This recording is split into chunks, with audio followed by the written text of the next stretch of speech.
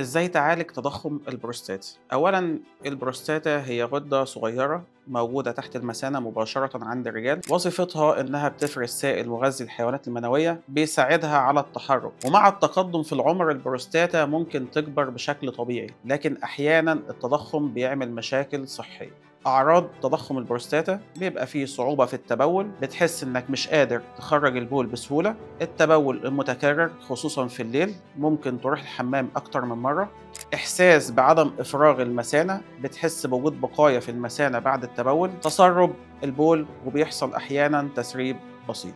أسباب تضخم البروستاتا: التغيرات الهرمونية مع التقدم في السن، الالتهابات أو العدوى في البروستاتا، العامل الوراثي لو عندك تاريخ عائلي للتضخم ده، اسلوب الحياه زي قله النشاط البدني او وجود سمنه. ورقه وقلم بقى واكتب معايا كده تركيبه اعشاب مضاده للالتهابات ومدره للبول، وبتساعد في تنشيط الدوره الدمويه داخل البروستاتا، وتحسن تفريغ المثانه وتنشيط القدره الجنسيه. هنجيب معلقه كبيره من بذور القرع المطحونه طحن خشن، وهناخد معلقه صغيره من بذور الكرفس، معلقه صغيره من عشبه ذيل الحصان المجفف، نصف معلقه صغيره من البردقوش. هناخد كوبايه ونص ميه حوالي تقريبا 300 مللي، ومعلقه عسل نحل لو انت هتقدر تشرب من غير العسل خلاص، لو مش هتقدر العسل هنا اختيار. هنحضرهم ازاي؟ هنحط جميع الاعشاب دي في الميه البارده ونحطهم على نار هاديه لمده من 7 إلى 10 دقائق. بعد كده بنطفي النار عليها وبنسيبها منقوعه وبنغطيها بطبق ازاز لمده 10 دقائق كمان.